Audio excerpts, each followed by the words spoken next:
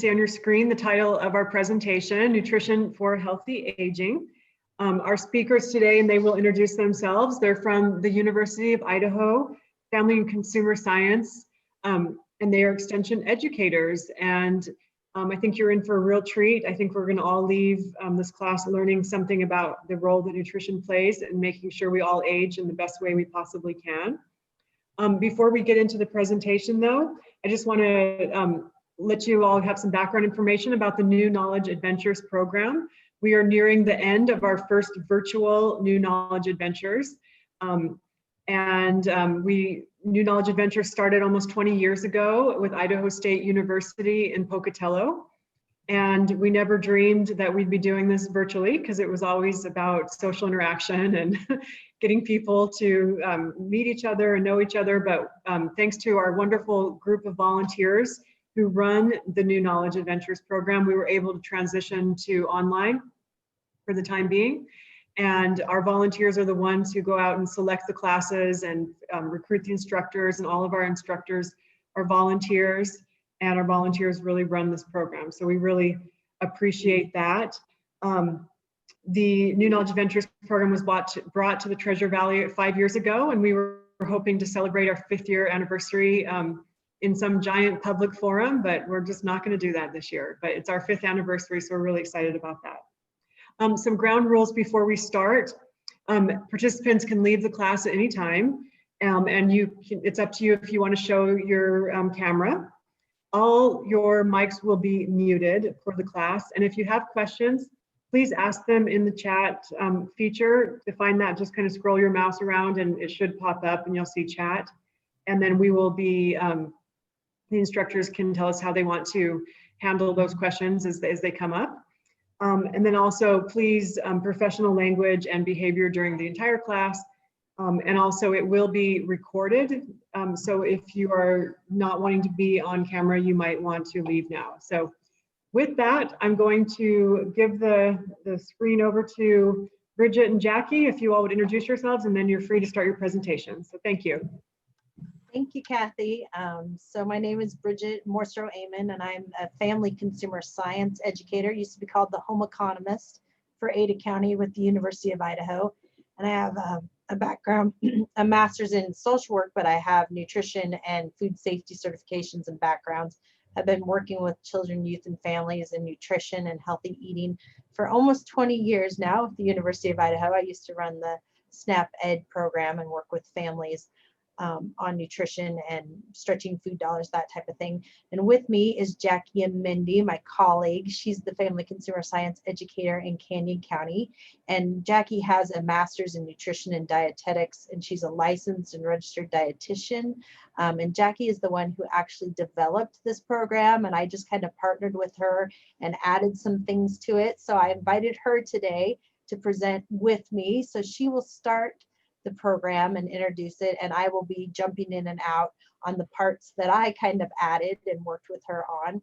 So welcome everyone. I'm glad you're here today. And Jackie, I will turn it over to you. Awesome. Well, I'm really looking forward to being here today as well. It's kind of a pleasure to do this program because I haven't done Nutrition for Healthy Aging program since COVID. So it's really exciting to teach this program again. And even if it's a virtual format, at least we get to get the information out there. And like Kathy had said, please put your questions in the chat. I want this to be as informal as possible, and we'll try to answer those as we go along. Does that sound okay, Bridge? Yep. And I forgot to mention, I've known Kathy for many years now. I don't know how many, Kathy. I think it's been about maybe 10 years. But when I came on here in Ada County in 2016, partnered with her. So I first started teaching with NKA, New Knowledge Adventures, in 2017. So it's been 3 years. And I was really excited when she said you guys were going virtual. And I said, sure, we can do some online classes. So myself and my other colleague, Andrew, I believe he did one as well. So we're so glad you guys are with us. Wish you were here in our office and we could be giving you taste tests, but that will happen again down the road. We'll try to do that virtually if we can. Sounds good, Jackie. Back to you. Awesome. So how this is going to look today is, like I said, let's try to be as informal as possible. So if you have any questions at all, please put them in the chat. and we'll try to answer them right as they come up. We'll both be paying attention to the chat quite a bit if anything comes up. We'll start this program looking at statistics and kind of why this program came into development.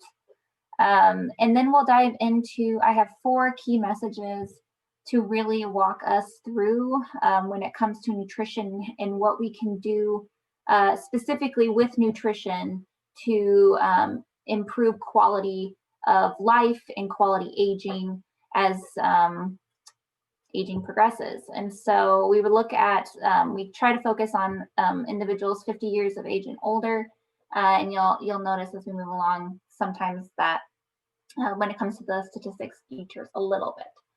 So let's go ahead and start with some stats here.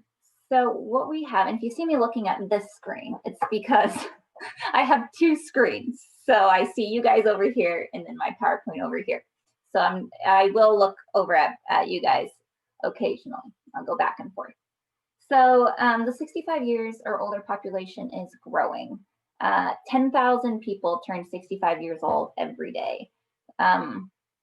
And the reason why we're saying all this, and you'll see 2016 and 2060 stats here as well, is that because this population is growing and people are continuing to live longer and longer and longer, we're getting more research in this area. And because there's more research in this area, it's important that this research gets out to the public, right? It's important that we bridge that gap and get this information out to consumers. And so that's why this presentation got developed. Is there is some information in this PowerPoint that might be new to some folks. There's definitely going to be some information that you're going, Jackie, I'm very aware of this. But it's a friendly reminder of some things that we can do nutritionally. But hopefully there's some things in here that is newer and newer research coming out when it comes to quality aging. So you'll see the Population Reference Bureau in 2016 said 1 in 7 individuals were 65 years of age and older. And in 2060, they're estimating 1 in 4. And once again, just emphasizing that because we're getting individuals in this age group greater, we are also getting more research in this area as well, which is awesome. So why focus on nutrition? Why nutrition? And I'm a dietitian, so obviously, and Bridge has been working with nutrition for many, many years. So we're pretty biased towards nutrition, but there's also some research behind why we focus on nutrition when it comes to quality aging.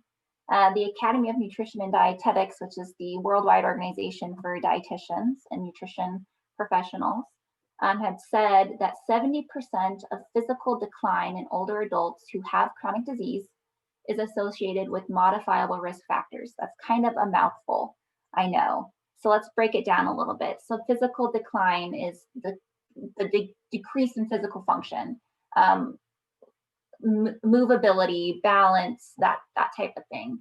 70% of that physical decline in individuals who are 65 years of age and older, those individuals who have chronic disease. So who has chronic disease? 80% of older adults have chronic disease. So this stat pretty much says at least 80% of older adults, of that 80%, 70% will experience physical decline due to modifiable risk factors. And modifiable risk factors is nutrition, physical activity, and smoking. Those are the 3 things that we can do, we can modify, we have control over when it comes to quality aging and a functionality and things that we do as we get older. And so nutrition, being one of those 3 modifiable risk factors, is a huge deal.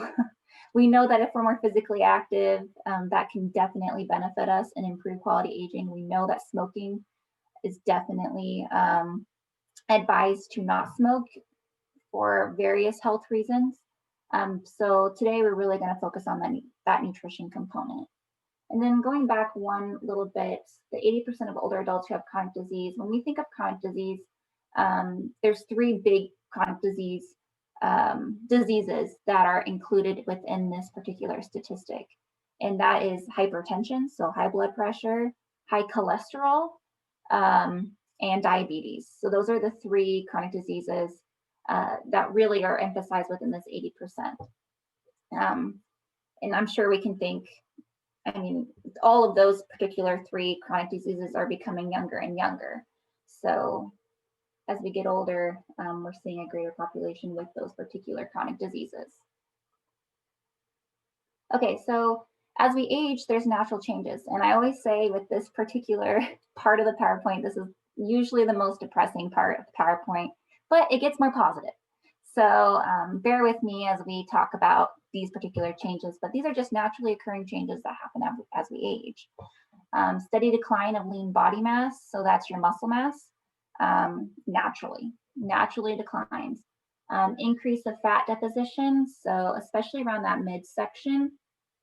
So we get more fat mass accumulated around our waist. And as we know, when it comes to research, fat accumulation around our waist circumference is what they call it, is actually more associated with chronic disease as compared to fat accumulation around our hips. So around our waist, we're getting a lot of our core organs right here. And so that can be a little bit more damaging than maybe fat accumulation and fat mass around those hips. And so as we get older, we're more likely to deposit fat in our waist, in our midsection. As we age, we do get a decreased sense of senses, smell, taste, and thirst in particular. And then also, especially for women, and I'm not sure if they're all women in the call today, but as we get older, we also get decreased bone density, bone mass, greater risk for fractures and osteoporosis and osteopenia. So, and it's important to note that as we age, our nutrition needs change. And so something that we might have been doing 20 years ago, granted research changes as well, but something we might have done maybe 20 years ago will definitely be different as we age and become older. Our bodies change because of the changes that we're seeing here. So we have 4 key messages that we're going to dive into that hopefully at the end of the presentation, we're going to come right back to these changes and be able to kind of check mark each of them off with what we can do nutritionally for each one of these.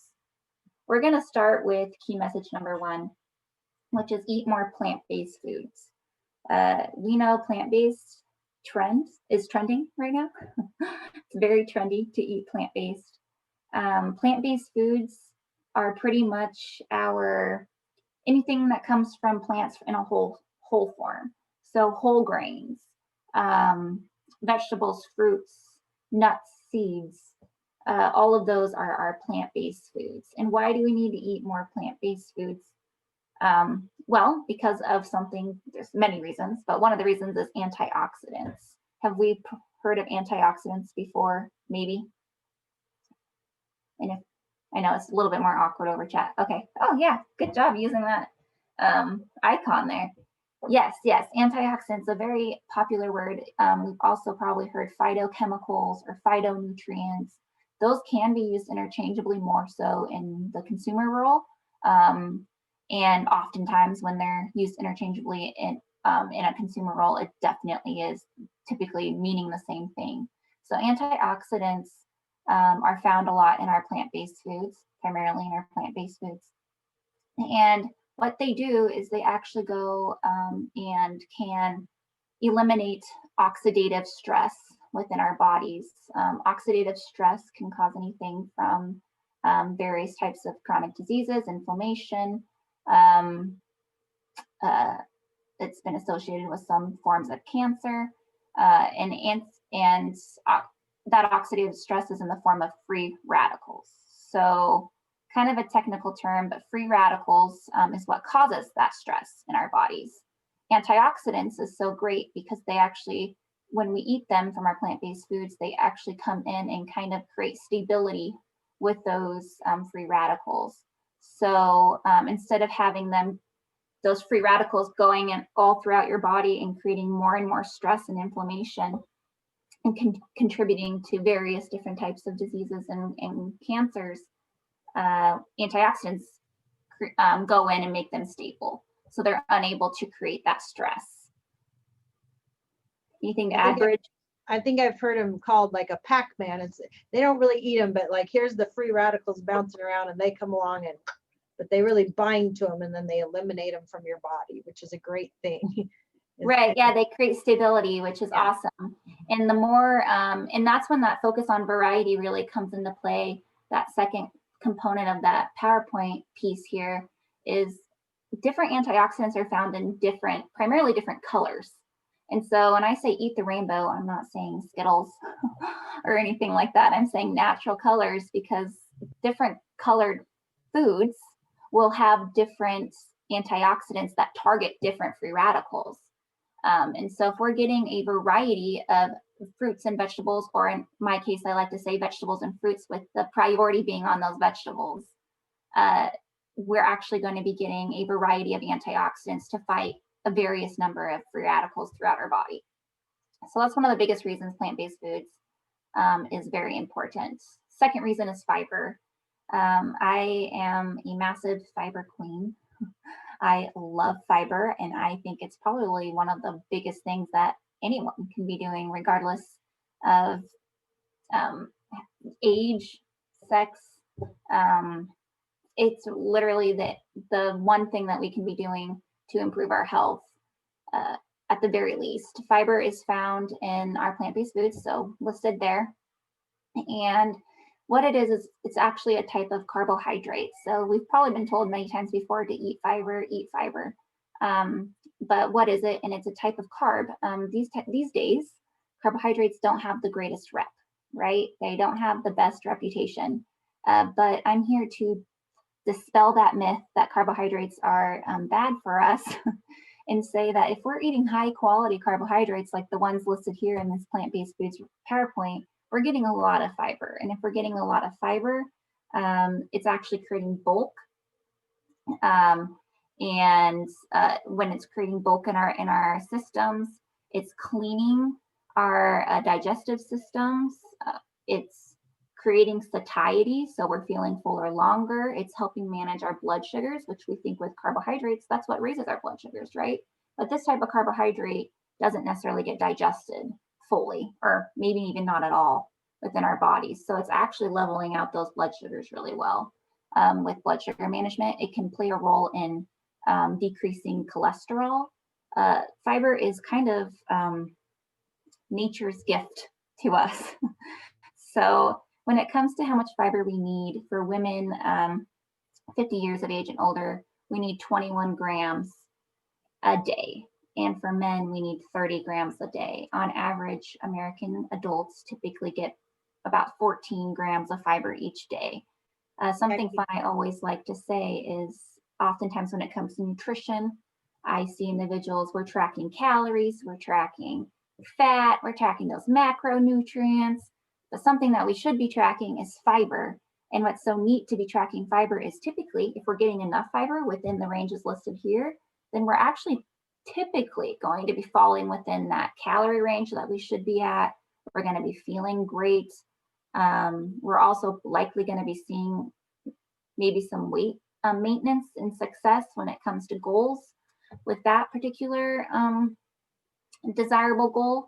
So fiber is definitely something that we could be doing. Jackie, we had a question in chat. Yeah. Kathy asked, is taking a fiber by pill a good idea? And then is there a specific amount? So you see, she already put down the goal for women is 21 grams per day. Right. So I'll let you answer the question about the pill. Yeah, so this is a question I get a lot. And as a dietitian, I always try to primarily focus on getting fiber from our foods first.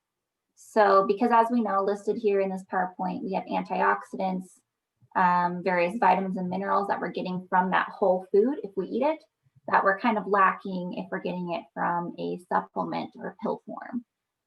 That is not to say that it's not appropriate to get it from that supplement form if it's needed. So I would say try to, as much as you can, go food first approach. And then if we can't hit it at that particular approach, then we can start adapting for supplements. Yep. Great. Anything to add, Bridge? Yep. Thank you. Okay. Okay, perfect. And then just a tip for plant-based foods, it's roughly 3/4 of your plate. If we look at the healthy diabetes plate, which is based off of a 9-inch plate, or the My Plate, both of which can be found hopefully on your tip sheet, and I'll share a link to the bulletin as well. Maybe we can do that in the chat box for you guys, which will show the pictures of those plates for you as well. They're based off of 9 inches, and for each of those plates, recommendation is 3/4 of your plate should be coming from plants anyways.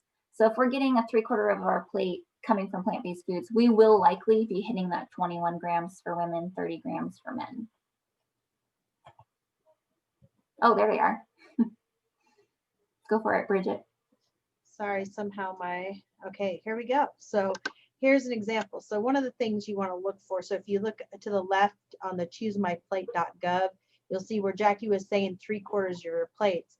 That's the grains, fruits, and vegetables. So that's about 3/4 of your plate that should be made up of those 3 items, which are plant-based food products. So we're talking about your whole grains, your fruit, and your vegetables. If you can see, vegetables is probably a little bit bigger than the fruit. So like she said, and then if you look at the healthy diabetes plate, it goes a little bit further where it says non-starchy vegetables. So, non-starchy. Can anyone put in the chat what's an example of a starchy vegetable? Does anybody know? Or you can call it out if you want to unmute yourself. Potatoes, yep. Anyone can think of another starchy vegetable? Corn, yep. Corn, potatoes. What else, Jackie, might be a starchy vegetable? Beets can be. They also have a lot of fiber. Peas, beans. beans. Yes. If you see down in the left-hand corner, potatoes are the biggest. Yeah, potatoes and corn are the biggest ones. So they've kind of stuck the starchy vegetables, corn, beans, peas, potatoes down in with the bread, with the whole grains. So on the healthy diabetes plate, they want half of your plate to be non-starchy vegetables, only 1/4 of your plate to be either a starchy vegetable or a grain, a whole grain. And then also really important when you're looking at foods is to look at the food label, the nutrition facts label. So someone asked, I think in the chat, I was just going to bring it up. I think someone said, what are some foods especially high in fiber? So foods that are high in fiber are our whole wheat, whole grain, starchy products. Non-starchy vegetables are green leafy vegetables. Our fruits, whole vegetables, and whole grains are good sources of fiber. The reason I'm saying whole is because if you take off the skin, then you're losing some of the fiber. A lot of people like to juice. Well, I tell them it's okay to juice, but when you're juicing, you're taking away all that fiber, which Jackie talked about is nature's gift to us. It cleans our bodies, it cleans our arteries, it cleans our intestines. It's really important, and it makes us feel fuller longer too. That fiber is a really great thing. So good sources are those non-starchy vegetables, the whole grains, the whole fruits. But be sure to check your food label too. So, you start with fiber, you're going to really look down where we have the star right there where it says dietary fiber. If it's 5% or less, that is low. So that is not a good source of fiber. And also, if there's not 20% or higher of the vitamins and minerals, then it's not a good source of those vitamins or minerals. So really important to look for the fiber when you're looking at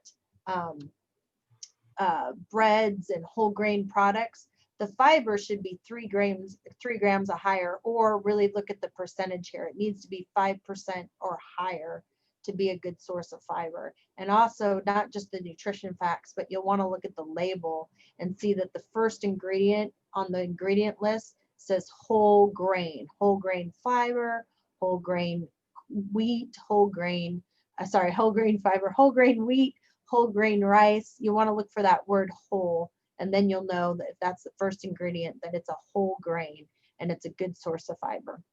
So next slide. some ways to do this. So one of the things that Jackie and I talked about when she was developing this program is I wanted to give some really good examples of how you can get some plant-based meals that really they are just plant-based. They don't have any meat. You could add meat to them, but they're primarily plant-based. So one of the things is there's a lentil chili, which you see up there in the left hand, and we have a recipe for that, which we can send you guys the link to our online bulletin, which actually has the recipe, I believe. So that up in the left hand corner is a lentil chili that's made with all whole grains and whole plant-based foods. And when we did that, it was about 70 cents a serving. Now, sometimes you don't have time to cook. So there are some pre-packaged meals that are out there. If you look at this one down in the right-hand corner, this is a Bird's Eye Steam Fresh, and this is all plant-based. I really like that it has the lentils, the beans in there. It's got some corn and some tomatoes, so lots of fiber in there. It's even got some red bell peppers. So you can either make your own, or there are some quick plant-based protein blends that are out there for you to buy. So ways to make your own plant-based meals. And you know that chili up in the left-hand corner, you can make that and you can freeze it into smaller portions so you have it. Things you can do to make plant-based meals that are primarily plant-based and don't have a lot of added protein or other non-plant-based things added to it. You could always add a little cheese on there or add a little hamburger to it if you wanted to, but definitely a way to get lots of that really good fiber, lots of those vegetables and things that we talked about. Right. And something too, when we do share, Bridge, I wonder if you could look up that bulletin and put it in the thing. I would do it, but I'd mess up the PowerPoint, I think. When you look up that bulletin that we're going to share with you, it will have the like Bridget said, the black bean and lentil chili recipe. That recipe has 10 grams of fiber per cup. So very high fiber. Something to keep in mind, and that we failed to mention when we brought up fiber, is when you start, I would maybe even start measuring where you're typically at for your fiber each day, and maybe don't make a 10-gram jump in one day. Try to gradually add in a little bit more fiber, because it can result in some feelings of not necessarily being the most comfortable. And as you're adding in more fiber, please drink more water, because it just helps. And so please do consider that if you're adding in more fiber, is we need more water, and try to add it in a little bit more gradually, because it can cause some uncomfortableness because you're not necessarily digesting it. Yeah, and you'll find that recipe online. So hopefully you're able to take something from, if anything, fiber from this key message is something that we can be consuming more of. And I just put that in the chat, but we could also maybe see if Sheena can email out the link to the online publication. That'd be awesome. Okay, so moving on from plant-based foods, that's our key message number one. Our key message number two might be something that you're pretty familiar with as well: calcium and vitamin D. Calcium and vitamin D. Why would we have those two paired up together? Why do you think? Anyone in the chat willing to say? Why would we have calcium and vitamin D paired together?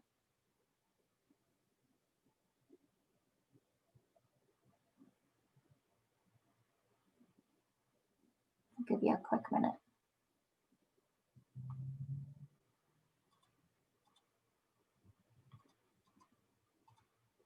Bone health. Yep, bone health. Yes, you guys, awesome. So yes, it is for bone health, and yes, a lot of our sources, especially the ones that we're going to find in the grocery store, are going to be fortified with one or the other. They're typically going to be found together, and the reason why they're found together is because they help each other. So when it comes to absorbing calcium and utilizing calcium efficiently, we need vitamin D. If we don't have enough vitamin D, we will not utilize calcium efficiently. And so something to consider, especially getting into those winter months when it gets a little bit cooler and colder and we're all covered up and we're not necessarily doing safe sun exposure, 15 minutes of safe sun exposure, then we might not be getting enough vitamin D. So if we haven't already considered with your physician or your primary care provider A question you might consider asking is, hey, how am I doing on vitamin D? Should I get tested for this? And or should I just be put on a multivitamin or a vitamin D supplement? Just some things to consider asking your physician next time you visit if you're not already on a vitamin D supplement. So they're paired together because we need both of them to utilize calcium in particular efficiently. So that way we're getting the best bang for our buck when it comes to bone health. So we primarily get calcium, especially from milk and dairy products. But something to consider is as we age as well, we can often see an association of increased lactose intolerance or inability to handle or digest lactose as efficiently as we once were able to. So because we see lactose intolerance more commonly in the aging population, it can be a little bit more difficult to get calcium and vitamin D if we aren't drinking or eating milk or dairy products. For calcium, we need roughly 1,200 milligrams a day. And for vitamin D, we need roughly 800 international units, IUs, a day. In supplement form, oftentimes you'll find calcium paired with vitamin D in supplements, but you might also find just a vitamin D supplement out there. Do watch when it comes to supplementation that it's not regulated by the Food and Drug Administration. So do make sure that you're maybe doing your own research when it comes to supplements. I do have a site that I can send out to you all as well. That's a really good resource when it comes to finding supplements that have had no claims against them.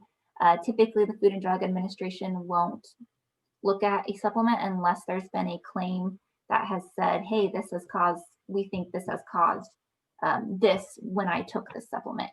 And so you'd be able to find all that information on this source. So I'll make sure I share that with you at the end of the program today. So for calcium, some sources that you can get calcium when it comes to things that are not milk and dairy products. You can drink lactose-free cow's milk. You can have calcium fortified beverages. So those are our plant-based milks. That's our almond milks, soy milks, cashew, coconut, rice milks. All those typically will be fortified with calcium and with vitamin D. Various types of vegetables contain calcium, so that's just another reason to diversify our diet and eat as many different kinds as we can. Fortified cereals and there's a lot of other fortified products out there, and some other yogurt's a good one. Yogurt, because it has that, it has probiotics, so that live bacteria, it actually can help aid in the digestion of lactose. And some people who are mildly lactose intolerant can actually handle yogurt, which is interesting. And then something else you can do is pair calcium-rich foods with vitamin C, kind of an odd pairing, but vitamin C actually helps with the absorption of calcium as well. So vitamin C can be found in a lot of our citrus fruits. And then vitamin D, the main source is the sun. But like I said, in the wintertime, that can be more difficult, especially if it's chilly and we're all covered up. And food sources are a little bit more difficult to get vitamin D from. We find it in salmon. We find it in a little bit in egg yolks. Liver is a really high source of vitamin D. Oysters, but you just don't see us eating salmon, oysters, and liver often. If we do, that's great. But if we don't, we might want to consider that question of asking our provider kind of where we're at and what their suggestion would be on vitamin D. So typically, go for it, Bridge. So at this point in the class, we would usually have you guys get up and do a taste test and trying several of the milks, different types of milks that are out there. We usually do almond milk, soy milk, cashew milk, coconut milk, and rice milk. Have any of you tried any of these various milks? If you guys want to put it in the chat, if you've tried them and what you've thought about them. I really wish we were here and you guys could try everyone and taste it out. Okay. Kathy said in the chat, all of them. She's tried all of them. They're all good. Okay. Evelyn says almond milk, not that great. Miss the mouthfeel of fat. Yes. That's Yeah. Okay, so it sounds like you guys have some experience. You know, I've tried them all. I tried oat milk, prefers cow's milk. Yep, yep. I've tried oat milk too. I would say for me, the oat milk and the rice milk have a sweeter taste, a little more just different, you know. My favorite happens to be the almond, or I have an almond coconut blend that I like. But there's one thing you really should look out for when you're purchasing these different types of milk that I think people don't realize, and I'll talk about it. But first, what I'd like to talk about is, you know, lots of times people say, well, isn't this a better source of this? And I say, well, not necessarily. So let's look at this. If you look at this chart, when you're looking at almond milk, it's only 1 gram of protein, 45% of calcium, 25% vitamin D. Soy milk, it's got a little more protein, a little less calcium, about the same amount of vitamin D. The rice milk, it only has 1 gram of protein, so it's lower in protein. It's 30% in calcium, 25% in vitamin D. The great value, the 1%. So when you're comparing 1% lactose-free to regular, it's about the same. 9 grams of protein, 30% calcium, 25% vitamin D. And then coconut milk. This is one where there is a significant difference in protein and calcium. There's no protein in coconut milk, or insignificant amount, only 10% calcium, and then 30%. So it's a little bit higher in vitamin D, but it's only 10% in calcium. So coconut milk is not the best source of calcium. And if you look at all the others, almond actually is the highest percentage of calcium, but then it's lower in protein. So someone had talked about that taste in your mouth. You know, milk does have a little higher fat, so it is going to have more protein in it. So it's really, you know, up to your individual choice. You know, some people, for dietary reasons, they have to have lactose-free or non-dairy milk. Some people prefer it for philosophical reasons, if they're anti-animal products, or they're vegan or vegetarian. So whatever your reason, I always ask families, though, I don't say, you know, I always say that probably dairy milk is probably the least expensive out of all the milk. So unless there is a reason for dietary reasons, or dietary restrictions or allergies or philosophies, dairy milk is fine as far as calcium and vitamin D, and it does actually have the most amount of protein. And then if you look, almond milk has a very high amount of calcium. They're all about the same for vitamin D. So really important when you're looking at it. But there's one thing that's not on here that I will caution you, is a lot of times when you go get the various different types of milk, there is added sugar in a lot of the coconut and almond. So really watch that and make sure that there's not a really high amount of carbohydrate and there's not added sugars in those milks. Next screen. Agreed. And one quick thing on this chart as well is that if we think of cow's milk in general, coming directly from an animal source, it's not being fortified with calcium. And so we're more likely to utilize that calcium than what we would if it was fortified, if that makes sense. So same with supplements. Yeah. If we're getting it from a food compared to a supplement or fortification, you're more likely to absorb and utilize the nutrition. Oh, Jackie, we lost your volume there for a minute. Can everybody hear? Okay. So thank you, Jackie. Yeah, she brought that up. So basically, there's the term, it's kind of one of those techie terms called bioavailability. So when you get a vitamin, mineral, nutrient source from a whole food like dairy milk that hasn't been processed and refined, our body, it's more bioavailable. So our bodies actually absorb it better. So whole, you know, milk from the cow is actually a little more bioavailable to our bodies. We tend to absorb it a little bit more. And so that's why Jackie always says food first. And that's my philosophy too. If you can get these nutrients and vitamins and minerals from food, that's your best choice from whole natural food, because it's more bioavailable. Now, if for some reason your body isn't absorbing it, or maybe you live somewhere where that food isn't available, then you would use a supplement. Right. Absolutely. Can you hear me Jackie. okay now? Yep. Okay. Okay, perfect. Sorry, I didn't realize I cut out there. But yes, absolutely. And same with the bioavailable protein. So if it's coming from animal food, you're more likely to use it. This protein from a plant-based source, even though it is a whole food, it's still a little bit different than animal. And one other thing is that the reason why we put the brands on here, so Almond Breeze almond milk, is that in this case, yes, almond milk is 45% calcium, but not for all the brands. No. So the protein will be the same. So roughly almond milk will always be low protein. Soy milk will always be more comparable to cow's milk when it comes to proteins. It'll always be higher. But the calcium and vitamin D for each of these brands will be different because it's fortified. Mm-hmm. So something to consider when you're looking at that label is that's why the brands are labeled, and typically we wouldn't have the brands on here. But that's why they're on there, is because it will. You never know. In this case, Almond Breeze, yes. Almond milk is definitely, the calcium is greater. Yeah, I forgot about that. Thank you, Jackie. And then also one last comment on milk, because somebody had said they missed the fat taste of the milk. One thing I will say is there's been a lot of research out about milk and milk being a good refueling for athletes.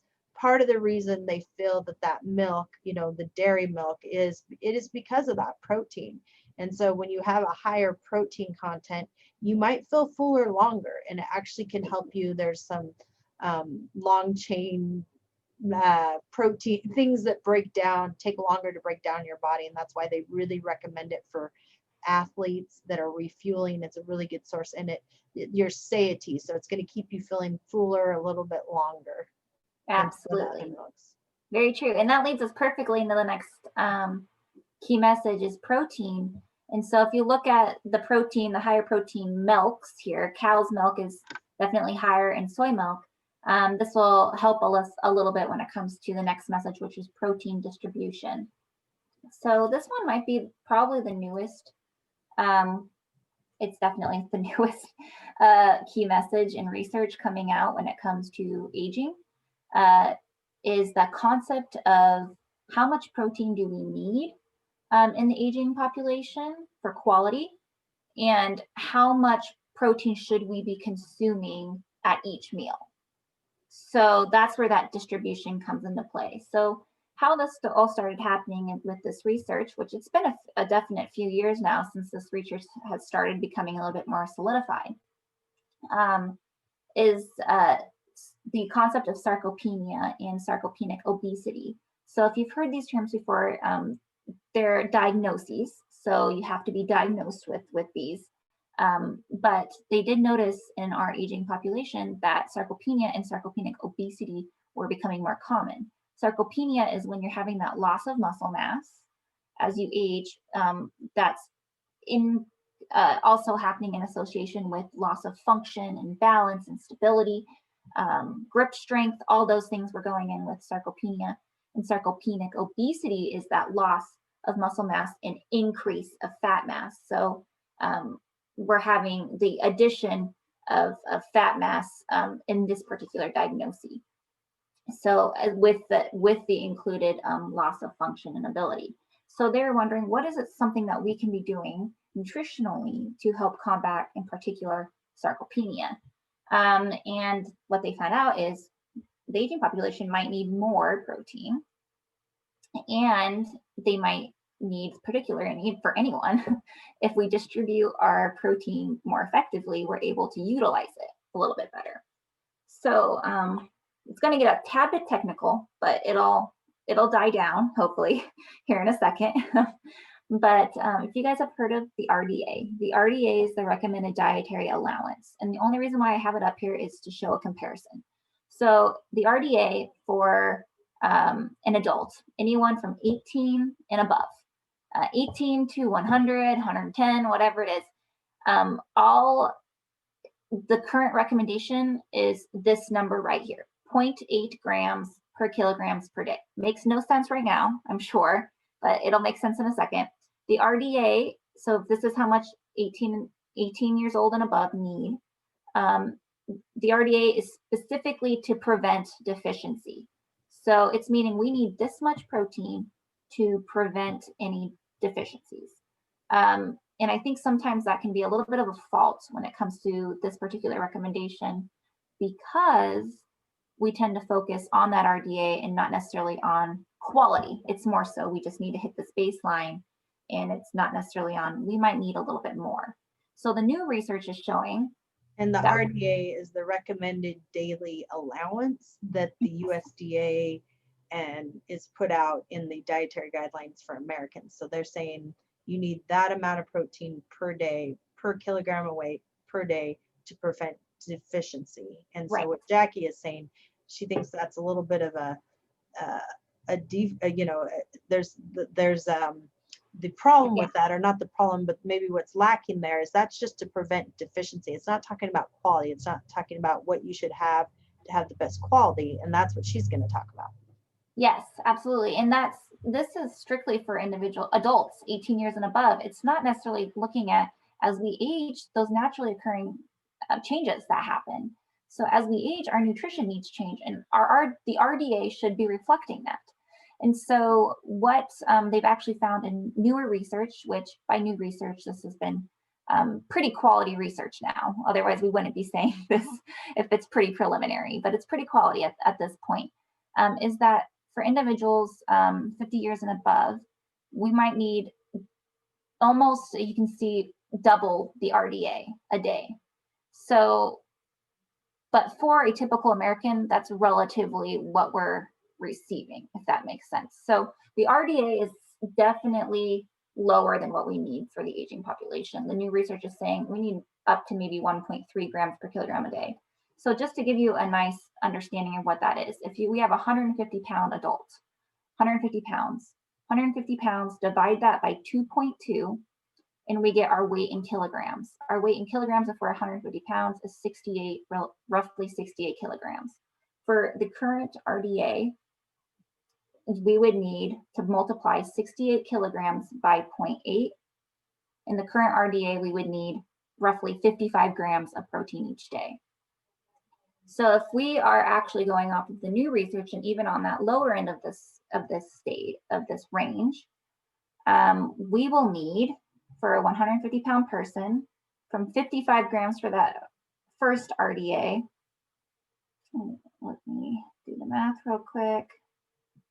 To 88 grams a day. So that's a big 30-gram difference, just from the basis of looking at how much we need.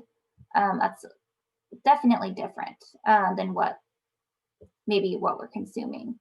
So something to keep in mind, we might need more than the RDA for the aging population, but not just more.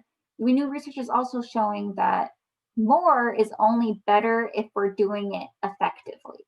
So with that even distribution of protein each day or during the day. So by even distribution, what they've found is that there's a protein threshold. So how much protein we get at one meal is that protein, or how much protein we get at one meal and how effectively we utilize that protein. So this is called the protein threshold. And what they found is that 30 grams of protein is that protein threshold. So to describe a little bit about what that means, one second, this might help. So I like to describe this as driving in our cars. We're all familiar with driving. We all know how gas is utilized in our cars. So I like to describe utilizing protein in the same way. If we are driving in town, okay, that's kind of like eating 15 grams of protein. If we're driving in town and we're stopping at stop signs and stop lights, going and stopping, we might not be utilizing gas as efficiently as we would be if we were driving on the freeway on cruise control and there was no one in sight and you didn't have to stop and go, right? So driving on cruise control on the freeway is like 30 grams of protein. We are utilizing this blue mark all the way up, hypothetically, as efficiently as we could be if we're eating 30 grams of protein. At 15 grams driving in town, we might only be utilizing our protein 50%. So not near as much as what we would be for a 30-gram protein. But we know even if we're over consuming protein at one meal, for example, a 45-gram protein, which like a 6-ounce steak, 6-ounce 7-ounce steak, 45 grams of protein, we're still not utilizing that as efficiently. We're only utilizing it hypothetically at a 70-something%. So where we're going to be getting the most benefit from the protein is eating roughly 25 to 30 grams at each meal. So going back, what this looks like is roughly 3 to 4 ounces of protein at each meal. In that bulletin that Bridget shared with you in the chat, it actually walks through kind of, exactly what it would mean for each animal-based protein to equal roughly that 30 gram threshold. And it's not a lot. It's pretty much based off of the My Plate, but sometimes we tend to over consume on that My Plate demonstration. So knowing that if we just hit that 30 grams with even just 3 to 4 ounces, Bridget will walk through exactly what that looks like, of high quality protein. So lean proteins that are chicken, turkey, fish, all those are our lean proteins. Then we'll get the most bang for our buck when it comes to fighting sarcopenia and not losing as much muscle mass. So we'd be kind of meeting our declining muscle mass, naturally occurring declining muscle mass in the middle. Does that make sense a little bit, Bridge? Yes. Okay. Go ahead. Oh, other way. Okay, so basically what Jackie just said, we talk about this a little bit. So if you were to shoot for, I tell people, depending on where you're at for your weight. So say you are that 150-pound person and you need to get 88. Is pork considered good protein, or where does it fall on the classify? There's different cuts of pork. Yeah, there's different cuts of pork. So there's lean pork, and that would be a good source. So we would say to go for the leaner cut. So like a tenderloin. Like a tenderloin, or even we always say, even with a pork chop, if you trim off the fat, it's going to be leaner. So they call pork the other white meat now, so it can be lean. Just make sure you trim off the fat, and like the tenderloin or even a pork chop, if you trim off the fat, it will be more lean. So someone's asking about if chia seeds and quinoa are complete proteins. So I'll let Jackie answer that in just 1 second, but I'll talk about this first. So if you are that individual that's 150 pounds and you need to shoot for trying to get 20 to 30, so maybe you're right in the almost to 30 grams of protein a meal, what would that look like? So let's look at, 3 to 4 ounces of meat looks about the size of a deck of cards, because oftentimes we don't weigh our food. So if you're going to get a portion of meat, shoot for the size of about a deck of cards. For yogurt, it's going to be the size of a baseball. Thing to watch with yogurt, it is a good source of protein, but sometimes there's lots of added sugar. So make sure that it's not that high. There's not a lot of added sugar. With cheese, an ounce of cheese is about 4 dice, if you were to line up 4 dice. The other thing is, we know most string cheeses are 1 ounce. So that's about a 1 ounce serving. And then also with fish, fish tends to be a little bit leaner than meat, than like our pork. So with fish, you're looking about the size of the palm of your hand, maybe a little bit, or your hand is about 4 to 6 ounces of fish, because they tend to be thinner, where our pork chops or steaks tend to be a little bit thicker. Fish tends to be a little bit thinner, and also sometimes will be longer. So you're looking about the size of your hand is about 4 to 6 ounces of fish. And that would be about that 3 to 4 ounce serving that you're looking for to get that 20 to 30 grams of protein. Right. So in a day, so you get up in the morning, you could have an egg with 1 ounce of cheese on it. That would be 20 to 30 grams. At lunch, you could have a salad with some fish. That would be about 20 to 30 grams. Keep in mind, you might have some protein in if you had cheese or salad dressing. And then at night, if you had a 3 to 4 ounce piece of steak. So really important, what Jackie was talking about is that our bodies can only use so much protein at a time. So you really want to have it throughout the day, breakfast, lunch, dinner, or whatever. But you don't want to eat it all at once because your body can only use so much of that protein. Yeah, otherwise, I mean, we're just storing it as fat, or, you know, it's in, even if we're getting that 50 grams of protein, I mean, it's getting stored as fat, and we're not even utilizing all of it as we would if we were to get a 30 gram. And I always So- tell people protein tends to be one of our most expensive food items. So Mhm. let's not waste it. You know, you want to put good deposits in your bank account and get the biggest bang for your buck. So eating no more than 30 grams of protein at a sitting and eating it throughout the day is where your body's gonna use up most of that and not store it as fat, as Jackie said, or not use it at all. Right. And we're more likely to store it as fat as we get older as well. So that's another thing. And if we're getting that 20 to 30 grams, maybe even, I would say, even once a day, that's better than not effectively eating protein at all during the day. So if we even had for our breakfast, like Bridge said, we went for that 20 to 30 grams. And we kept in mind that healthy diabetes plate with maybe if we had some cow's milk or some soy milk on the side, that protein also contributes to your overall protein for the meal. So something to keep in mind for that. And then just to answer Kathy with a K a little bit more about your pork question. You said something about cholesterol and fat. Bridget's answered that perfectly with cutting the fat off the pork. Something I did want to note with cholesterol is that you're going to get lower cholesterol from food, the lower fat you go typically. But we have noticed with new research when it comes to cholesterol you get from food, it might not impact your actual dietary cholesterol as great as we once thought it did. But keep in mind, higher cholesterol foods are usually paired with high fat foods. And we know that higher saturated fat foods do impact your dietary cholesterol. So just something to keep in mind there. And then with chia seeds and quinoa, those are definitely, both of them are complete proteins, meaning they all have, those two foods in particular have the 9 essential amino acids in them, protein amino acids in them. Whereas with other types of proteins, like rice and beans, it's a great pairing. You're typically going to get your 9 complete amino acids there. So once again, just emphasizing diversity, right?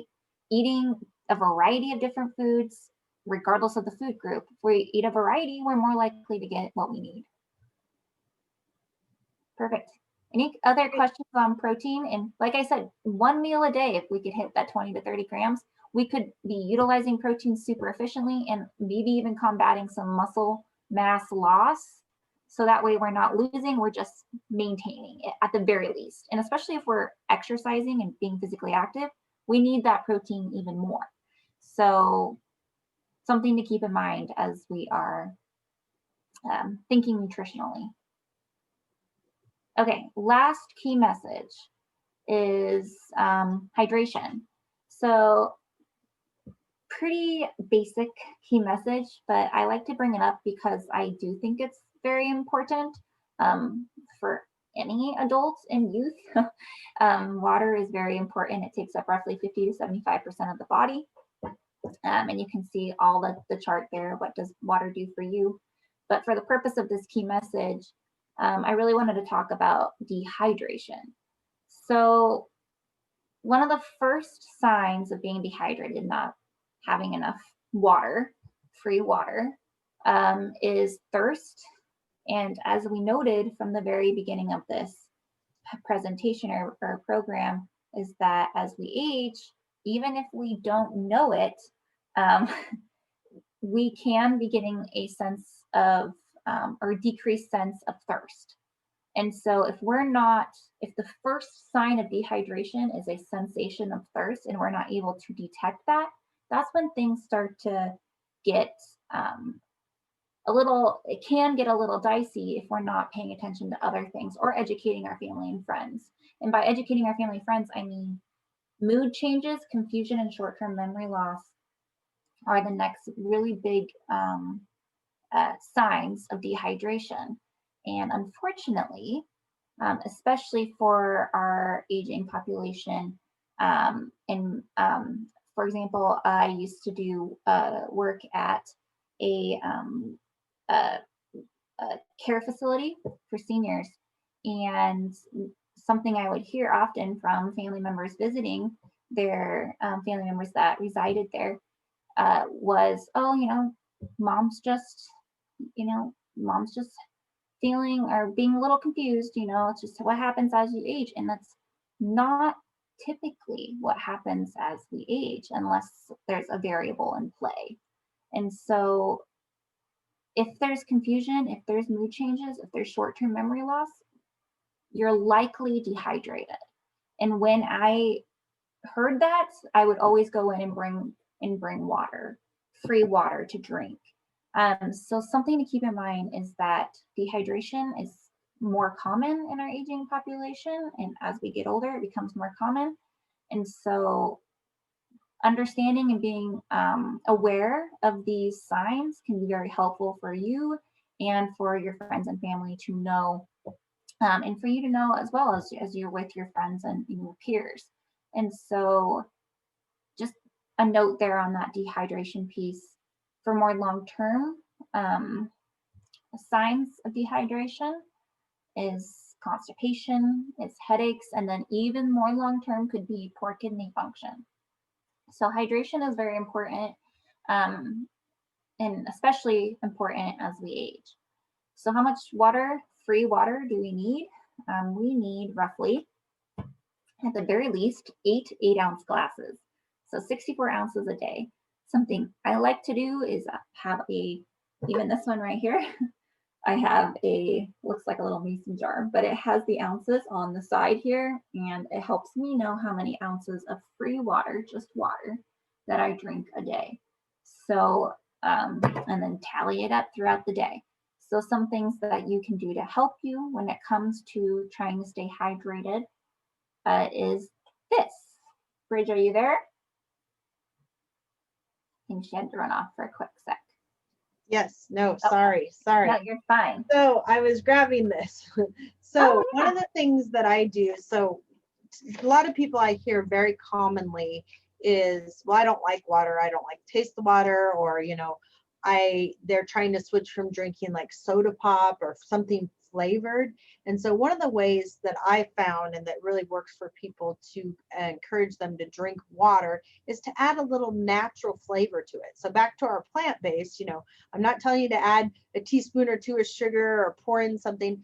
Add natural fruit and vegetables can actually make your water really taste good, give it that flavor, and it might help you a little bit. The other thing you can do is if you really want pop, you can do, so for example, I would take this pitcher. This is an infuser. If you take it out, this comes out of it. And in here is a little, almost like a colander. And of course, I can't get it out right now because I'm going the wrong way. So in this one, you can open it up and you can grab out this little cylinder, or you can just leave it in the lid, but you can drop some fruit right down in there. So, cucumbers, mint, so you can use herbs. You can cut up some melon, like, watermelon or cantaloupe, and put that in there. I really like, you can use fresh berries. I prefer to use frozen berries. They tend to break up a little better and the water infuses, but you can put it inside of this, fill up your bottle or your pitcher with water. If you want to have a little sparkle, you can use no calories sparkling water, lemon water, or just plain sparkling soda water. Sometimes I'll do half water, half soda, and then put it in here and put it back into the pitcher or your water bottle. And with the water bottle, I might just add some ice and take it with me to go for the day. With this pitcher, I put it in the fridge and let it sit for a couple hours. You could even let it sit overnight. Keep in mind, if you take that out and you have it outside, you don't want to leave it out or use it after 3 hours of sitting out. Then you need to actually remove it. Or if you put it back into the fridge, as long as it's not out of the fridge for more than an hour or two in hot weather, because once you cut up those fruits and vegetables, there is potential for that food to go bad. So just like any food, you don't want to leave it out over 2 or 3 hours. And it probably, if you have it in your refrigerator and keep it in there, you need to use it within 2 to 3 days, because that food will start to break down and go bad. But that is one way to just encourage yourself and others to drink water and low calorie, but get some flavor to it. So super important. The other thing is I have a bottle that I take with me to work. I know exactly that this is 25 ounces, and I try to drink 4 of these a day, which is quite a bit. You know, the recommendations are 6 to 8-ounce glasses a day. Am I saying that right? Jackie, what did I just say? What is the recommendation for water? It's 8-ounce glasses. Thank you. 8-ounce glasses, not 6 8-ounce, 8-ounce glasses. So at least 64 ounces. And you do get some water from your food, but it's very important. And I tell people, just try to drink water throughout the day and whatever works for you. But this is one way to do that. Yes, absolutely. I love infused water. Okay, just to sum it all up for us and hit back at those changes that we talked about earlier, let's kind of dive into what the key messages that we talked about and how they're going to kind of help with combating each one of these changes that naturally occur. So steady decline of lean body mass, that protein distribution, and of 25 to 30 grams, hitting that protein threshold can really help with meeting that in the middle so that we're hopefully not getting that decline of lean body mass, or it's a lot slower and more gradual, which is, I mean, definite positive. That increase of fat deposition, the plant-based foods can really help with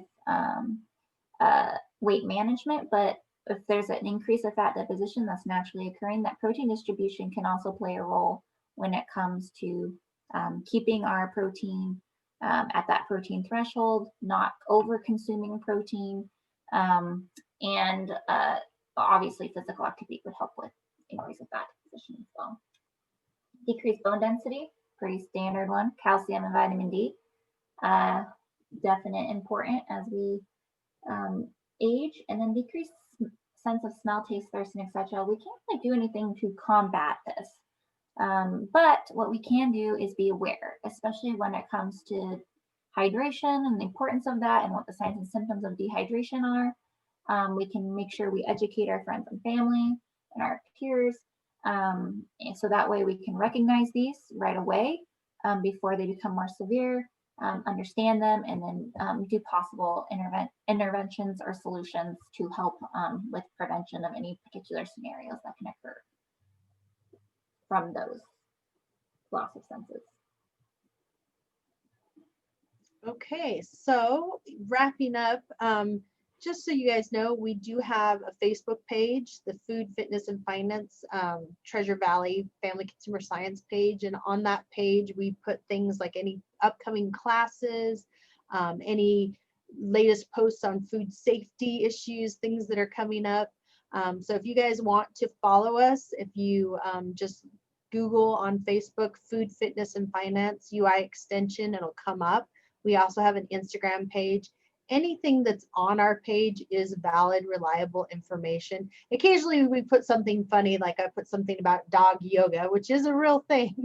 But for the most part, I mean, we do some fun things, but it's really valid, reliable information, and also information on any of our upcoming classes. So if you guys are interested, you want to follow us, we'd love that.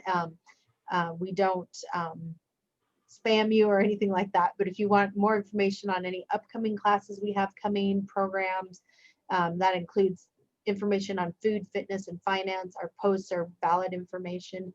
If you have any questions right now, feel free to ask. This is also our contact number, so you can actually email Jackie or myself if you have questions. I will just put a plug in that I have started an online diabetes prevention program, and tonight is class number 4, so it's the last night to join.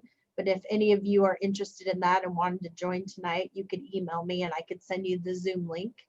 And also, please, like they said in the chat, complete the survey.